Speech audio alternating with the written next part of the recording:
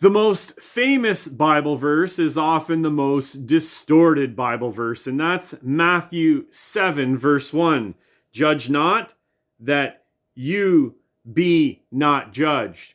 And it's often used in a way where you're talking to someone about sin, or you're saying the Bible says this is sin, and then they come at you. Judge not, lest you be judged.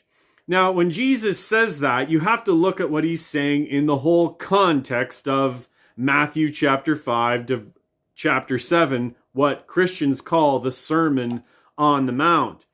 And if Jesus meant never calling sin sin, he'd be breaking his own commandment, because he calls out lust, he calls out anger, and he calls out other sins in the Sermon on the Mount, and of course in all the Gospels. But what Jesus is speaking about here is not to judge hypocritically. If you are sinning harder or more than the person, then you're exhorting not to sin in such a way. That's what Jesus is getting at. He's calling Christians to be pure and holy in all their conduct and not to be hypocrites.